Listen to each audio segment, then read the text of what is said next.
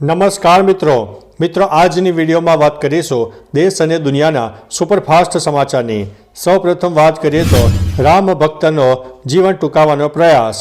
અમદાવાદના રાણીપ વિસ્તારમાં રહેતા રામ ભક્ત શ્રી રામ નરેશ મિશ્રાએ અયોધ્યા જવાની આશા ધૂંધળી બનતા પોતાના જીવન ટૂંકાવવાનો પ્રયાસ કર્યો હતો। ન્યૂ રાણીપ વિસ્તારમાંથી 1008 ભક્તો અયોધ્યા જવાના હતા, પરંતુ શક્યતા ઓછી જણાતા આયોજક ટ્રસ્ટીએ ગાંધીનગર નજીક કેનાલમાં ઝંપલાવ્યું હતું। તેમનો એક વિડીયો પોસ્ટ મીડિયા પર વાયરલ થઈ રહ્યો છે। પોલીસે સમય સૂચકતા દાખવતા તેમનો બચાવ પણ થયો છે।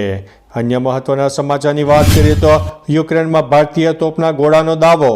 રશિયા સાથેના યુદ્ધ વચ્ચે ભારતમાં બનેલા તોપના ગોળા યુક્રેનમાં જોવા મળ્યા હોવાનો દાવો કરવામાં આવી રહ્યો છે। આ અંગે વિદેશ મંત્રાલયના પ્રવક્તા રણધીર જયસ્વાલે કહ્યું છે કે ઘણા મીડિયા રિપોર્ટ્સમાં એવો દાવો કરવામાં આવી રહ્યો છે કે યુક્રેનમાં ભારતમાં બનેલા તોપના ગોળા છે। અમે આ દાવાઓને નકારીએ છીએ। ભારતે ન તો યુક્રેનને તોપના ગોળા મોકલ્યા છે અને ન તો તેની નિકાસ કરી છે। અન્ય મહત્વના સમાચારની વાત કરીએ તો રાજ્ય સરકાર લાવશે સ્કોલરશિપ। ગુજરાત સરકાર વર્ષ 2024-25ના બજેટમાં નવી સ્કોલરશિપ યોજના લાવવાનું વિચારી રહી છે।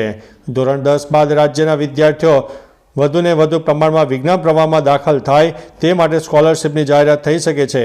કેન્દ્રીય શિક્ષણ વિભાગના રિપોર્ટ મુજબ ગુજરાતમાં ધોરણ 10 બાદ 18% વિદ્યાર્થીઓ જે વિજ્ઞાન પ્રવાહમાં જોડાય છે। દક્ષિણ ભારતમાં ધોરણ 10 બાદ 60થી 70% વિદ્યાર્થીઓ સાયન્સમાં અભ્યાસ કરવાનું પસંદ કરે છે।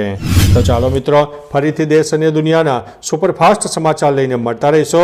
ત્યાં સુધી અમને રજા આપશો। નમસ્તે।